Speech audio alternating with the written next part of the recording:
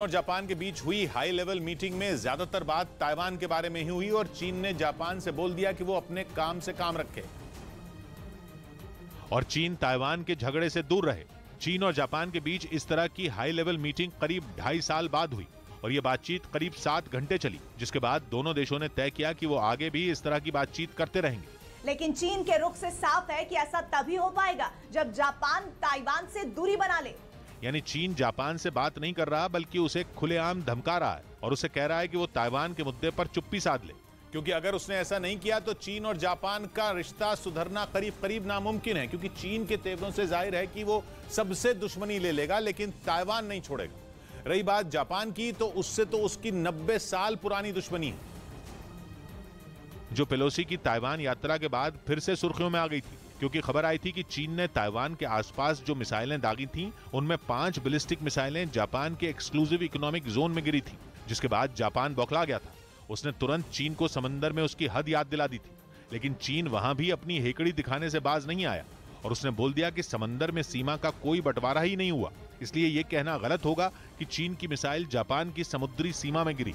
लेकिन जापान ने इस दलील को नहीं माना। वैसे चीन और जापान के बीच ईस्ट चाइना सी के कुछ द्वीपों पर सालों पुराना विवाद है, जिसकी वजह से समंदर में सीमाओं का सही बंटवारा नहीं हो पाया था और चीन ने इसी बात को अपनी ढाल बनाया था और उसकी 5 मिसाइलें ताइवान के ऊपर से होती हुई जापान के नजदीक जाकर गिर गई थी। यह विवाद अभी खत्म नहीं हुआ है और जापान चीन पर शक कर रहा है, क्योंकि उसके एक्सक्लूसिव इकोनॉमिक जोन में जो मिसाइलें गिरी थीं, वो मामूली मिसाइलें नहीं बल्कि चीन की DF श्रेणी की 3 मिसाइलें थीं, जिनमें एक DF-17 से तो अमेरिका भी थर-थर कांपता है। इस घटना के बाद जापान की नौसेना ने साउथ और ईस्ट चाइना सी में गश्त बढ़ा दी और उसके कई युद्धपोत और पनडुब्बियां चीन के पास की सीमा पर 24 घंटे निगरानी कर रहे हैं। तनाव के इसी माहौल में चीन और जापान के 2 बड़े नेता आमने सामने बैठे और बातचीत, जिसमें चीन का पूरा फोकस इस बात पर रहा कि वो जापान को ताइवान के मुद्दे पर दखल देने से रोक दे, क्योंकि पिछले कुछ महीनों में जापान ने 1-2 बार नहीं बल्कि कई बार ताइवान स्ट्रेट में शांति का मुद्दा उठाया। यही नहीं, क्वाड के जरिए तो वो खुलकर ताइवान के साथ खड़ा नजर आ रहा है और यही बात चीन की आंखों में खटक रही है। बड़ी मुश्किल से चीन और जापान पुरानी दुश्मनी को भूलकर आगे बढ़े थे और उनके डिप्लोमेटिक रिश्ते सुधर रहे थे।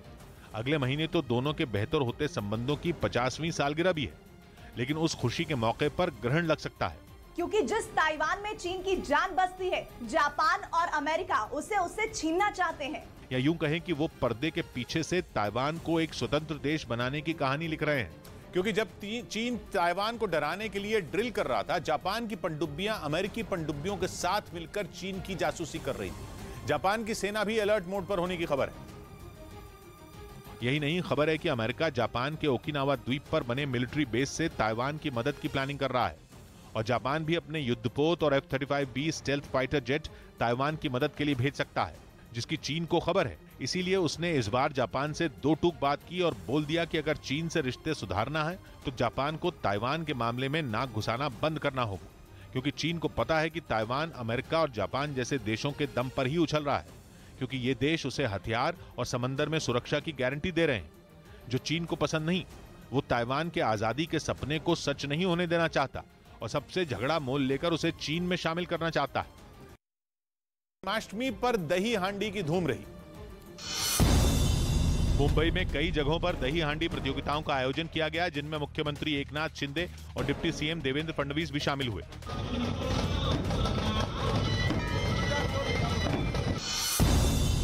यूपी के CM योगी आदित्यनाथ मथुरा में आयोजित कृष्ण जन्माष्टमी कार्यक्रम में शामिल हुए।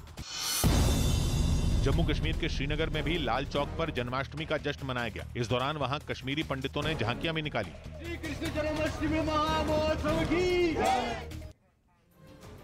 इधर उत्तर प्रदेश के रायबरेली से डराने वाला एक वीडियो सामने आया, जिसमें एक पिकअप वैन भीषण आग की लपटों में घिरा दिखाई दिया। इस घटना से वहां हड़कंप मच गया और यह हादसा उस वक्त हुआ जब वो पिकअप सड़क से गुजर रहा था। इसी दौरान शॉर्ट सर्किट की वजह से उसमें आग लग गई, जो लगातार फैलती जा रही थी। वहां से जो तस्वीरें सामने आई, उनमें पिकअप पूरी तरह से आग की भयानक लपटों में घिरा दिखाई दिया। देखकर ऐसा लगा मानो आग हर चीज को जलाकर राख कर देगी। पिकअप में सवार ड्राइवर ने किसी तरह से कूदकर अपनी जान बचाई। इस दौरान वहां से कुछ गाड़ियां भी गुजरती दिखी। आग लगने के बाद पिकअप वैन पूरी तरह से जलकर राख हो गया। वहां से जा रहे कुछ लोगों ने इस घटना का वीडियो अपने मोबाइल में रिकॉर्ड कर लिया। खबर है कि चीन से निपटने के लिए उसका पड़ोसी वियतनाम मदद के लिए भारत की तरफ देख रहा है। वियतनाम अपनी समुद्री सीमा की निगरानी बढ़ाने के लिए भारत से सर्वेलेंस सिस्टम खरीद सकता है। मतलब ये कि इधर चीन लद्दाख में अकड़ दिखाने से बाज नहीं आ रहा और उधर भारत चीन को उसके पड़ोस में ही घेरने की तैयारी में है। असल में वियतनाम दक्षिण पूर्व एशिया में भारत का एक अहम साथी है और बीते कुछ सालों में दोनों के रक्षा संबंध मजबूत हुए हैं। और खबर है कि उन्हीं रिश्तों को आगे बढ़ाते हुए वियतनाम भारत के सर्वेलेंस सिस्टम खरीदना चाहता है, जिनमें मेक इन इंडिया मुहिम के तहत तैयार किए गए रेडार, जैमर और माइक्रो ड्रोन शामिल हैं, जिनके बारे में जानने के लिए पिछले दिनों वियतनाम की सेना के बड़े अधिकारी दिल्ली पहुंचे थे। और खबर है कि उन्होंने दक्षिण चीन सागर में चीन की हरकतों पर पैनी नजर रखने के लिए भारत की तकनीक पर पूरा भरोसा जताया, क्योंकि वियतनाम भारत के जिस रेडार से काफी प्रभावित है वो दुश्मन की मिसाइल की फ्रीक्वेंसी को डिस्टर्ब कर उसे बेकार कर देता है।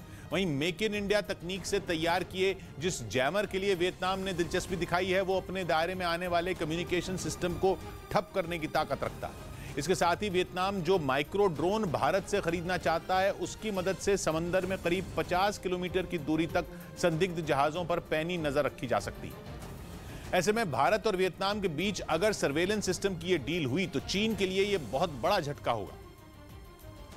और ऐसा सिर्फ इसलिए नहीं कि उसका पड़ोसी भारत से अपनी सेना के लिए सर्वेलेंस सिस्टम खरीदेगा, बल्कि इससे दक्षिण चीन सागर पर राज करने के चीन के प्लान पर भी पानी फिर सकता है, क्योंकि वियतनाम की भी दक्षिण चीन सागर की वजह से वहां मौजूद दूसरे देशों की तरह चीन से ठनी पड़ी है। चीन दक्षिण चीन सागर को अपनी जागीर समझता है और हाल के दिनों में जिस तरह उसकी ताइवान के साथ तनातनी बढ़ी उससे वियतनाम के भी कान खड़े हो गए और उसने अपनी सीमा पर पैनी नजर रखने के लिए भारत की तकनीक पर भरोसा जताया। वैष्णो देवी यात्रा एक बार फिर से शुरू हो गई है। आपको बता दें कि भारी बारिश की वजह से वैष्णो देवी यात्रा कई घंटों से रुकी हुई थी। कटरा समेत पूरे जम्मू में लगातार बारिश होने की वजह से हालात बेहद खराब है, जिसकी वजह से जम्मू में वैष्णो देवी मार्ग पर पहाड़ों से पानी नीचे की तरफ बहने लगा था, जिसके बाद लोगों को कटरा में रोक दिया गया था। वहीं यात्रा बंद होने की वजह से श्रद्धालु परेशान थे, लेकिन अब एक बार फिर से यात्रा शुरू कर दी गई है। कतार है, ये माता के श्रद्धालु जो है जो रात से इंतजार कर रहे थे कब रास्ता खुले और कब ये दर्शन के लिए आगे जाएं। तो ये रात से 10 बजे से लेकर पूरा रास्ता जो था ये बंद किया गया था, क्योंकि ऊपर ट्रैक के ऊपर बहुत ज़्यादा पानी आया था, मलबा बहुत ज़्यादा आ चुका था। तो अभी श्रद्धालु जो हैं वो माता के दर्शन के लिए जा रहे हैं, रात से रुके हुए थे। तस्वीरों में आप देख सकते हैं कतार कितनी लंबी है। जो लोग हैं इनसे हम बात भी कर देंगे। आप मैडम बताइए, आप कब से रुके हुए थे और अभी जा रहे हैं? शाम से 5 बजे से रुके हुए हैं और अब जा रहे हैं दर्शन के लिए। अभी अच्छा लग रहा है इतने वेट के बाद। तो ये लोग जो हैं कल कई लोग रात से हैं, कुछ दोपहर से जहां पर आकर रुके हुए थे। हालांकि प्रशासन ने जो ऊपर ट्रैक था वहां से जो लोग दर्शन करने कल से गए थे पहले उनको वापस लाने का सिलसिला शुरू किया। पूरी रात उन लोगों को वापस लाया और अब सुबह जहां से लोगों को भेजा जा रहा है ताकि रास्ते में कोई हादसा ना हो। क्योंकि पहले ही अगर बात करें तो 1 जनवरी को इसी साल माता वैष्णो देवी के दरबार में भगदड़ हुई थी, जिसमें 12 लोग मर गए थे, 20 के लोग करीब लोग घायल हुए थे। तो इस बार श्राइन बोर्ड जो है वो बड़ा सोच समझ कर कदम उठा रहा था ताकि किसी को कोई दिक्कत ना वहां पर हो। तो 2 तस्वीरें आपको दिखा रहे हैं। वैष्णो देवी यात्रा एक बार फिर से शुरू कर दी गई है। सुबह इस यात्रा को शुरू किया गया, रात भर ये यात्रा रोकी गई थी क्योंकि वहां पर जो मार्ग है, वैष्णो देवी यात्रा का जो मार्ग है, वहां पर भारी बारिश के बाद सैलाब आ गया था और सैलाब के साथ साथ वहां मलबा भी आ गया था। पूरे मार्ग को खाली करने का काम किया गया। या जो श्रद्धालु थे उन्हें रोक दिया गया था सुबह तक के लिए, लेकिन एक बार फिर से यात्रा की शुरुआत कर दी गई है।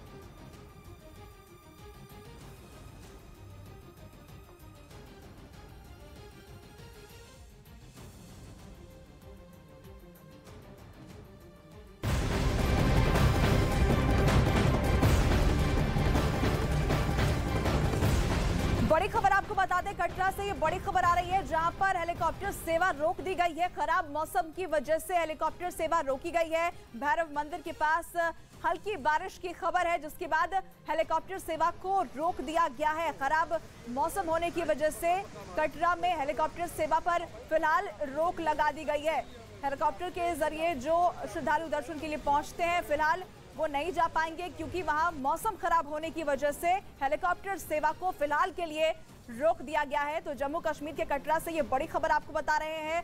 वैष्णो देवी यात्रा से जुड़ी ये बड़ी खबर है, जहां पर खराब मौसम होने की वजह से फिलहाल के लिए हेलीकॉप्टर सेवा पर रोक लगा दी गई है। और सबसे खौफनाक तस्वीर तो वैष्णो देवी मार्ग से सामने आई, जहां पहाड़ों से पानी नीचे की तरफ सैलाब की तरह बहने लगा। पानी का बहाव इतना तेज था मानो वो अपने साथ किसी भी चीज को बहा ले जाए। इसी बीच कुछ लोग अपनी जान बचाने के लिए पुल के ऊपर आ गए और वो वहां से बारिश के पानी की रौद्र लीला देखने लगे। माता के दर्शन के लिए जा रहे थे तो रास्ते में मौसम खराब हो गया। वहां से सामने आई एक दूसरी तस्वीर में दिखा कि एक श्रद्धालु पानी के तेज बहाव में बहने से बच गया। उसके पैर लड़खड़ाए लेकिन तुरंत ही उसने खुद को संभाल लिया। हालात बिगड़ते देख माता वैष्णो देवी श्राइन बोर्ड की तरफ से लोगों को सतर्क रहने की सलाह दी गई। इसके लिए लाउडस्पीकर की मदद ली गई। इस बीच मौसम विभाग ने जम्मू कश्मीर समेत उत्तराखंड और हिमाचल प्रदेश में भारी बारिश का अलर्ट जारी किया। विभाग के मुताबिक इस दौरान पहाड़ खिसकने की भी घटनाएं सामने आ सकती हैं। ऐसे में लोगों से सावधान रहने की अपील की गई है। देश के कई हिस्सों में बारिश आफत बन गई। राजस्थान के टोंक में सहोदरा नदी को पार करते समय 2 बाइक सवार बह गए, जिन्हें लोगों ने मदद कर बाहर निकाला। ओडिशा के जगतसिंहपुर जिले में बाढ़ के पानी में मगरमच्छ और सांप मिलने से लोगों में हड़कंप मच गया। बताया जा रहा है कि पिछले कुछ दिनों से इस इलाके में सांप के काटने के मामले भी तेजी से बढ़े हैं। हिमाचल प्रदेश के मंडी में बारिश के बीच एक कार सड़क से नीचे गिर गई, जिससे एक ट्रेनी डॉक्टर की मौत हो गई, जबकि 4 लोग घायल हो गए। इधर मूसेवाला मर्डर केस में पुलिस ने एक और राजफाश किया है। मूसेवाला हत्याकांड में गिरफ्तार शूटर कशिश उर्फ कुलदीप ने पूछताछ में पर्दाफाश किया कि कनाडा में मौजूद लिपिन नेहरा नाम के आदमी ने गोल्डी बराड़ को शूटर मुहैया कराया था और लिपिन ने ही उसकी और शूटर दीपक मुंडी की मुलाकात गोल्डी बराड़ से करवाई थी। अभी लिपिन कनाडा में है और पढ़ाई कर रहा है। लिपिन नेहरा का भाई पवन नेहरा एक कुख्यात गैंगस्टर है और उस पर दर्जन भर से ज्यादा हत्या के मामले दर्ज है। गुरुग्राम पुलिस ने पवन नेहरा को उत्तराखंड से गिरफ्तार किया था, जो फिलहाल इस वक्त जेल में बंद है। पवन भी लॉरेंस बिश्नोई गैंग से जुड़ा हुआ है और उसका बेहद करीबी बताया जाता है।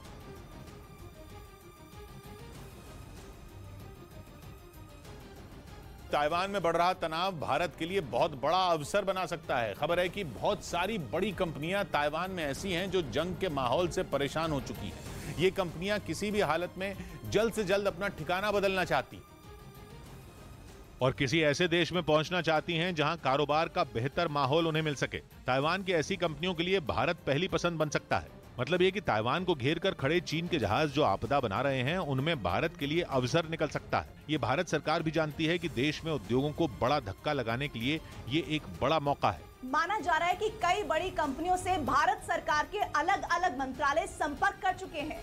लगातार ये कोशिश की जा रही है कि ऐसी कंपनियों को भारत में बुलाया जा सके। इससे रोजगार के भी अवसर बनेंगे और देश की कमाई भी बढ़ेगी। सबसे बड़ी बात यह कि देश में कुछ ऐसी तकनीक आ सकती है जो नए उद्योग लगाने में अहम साबित होंगी। जिन बड़ी कंपनियों के भारत में आने के आसार बन रहे हैं, उनमें एक नाम फॉक्सकॉन का भी है, जो स्मार्टफोन और गैजेट बनाने के उद्योग में दुनिया में बहुत बड़ा और पुराना नाम है। एप्पल के आईफोन भी फॉक्सकॉन सालों से बना रही है। आईफोन ही नहीं, चीन की स्मार्टफोन बनाने वाली कंपनी शाओमी के लिए भी फॉक्सकॉन ही फोन बनाती है। भारत में भी फॉक्सकॉन की मौजूदगी है, लेकिन काफी कम है। तमिलनाडु और आंध्र प्रदेश में फॉक्सकॉन की 3 फैक्ट्रियां काम कर रही हैं, लेकिन आने वाले वक्त में इनकी गिनती बढ़ने का अनुमान है।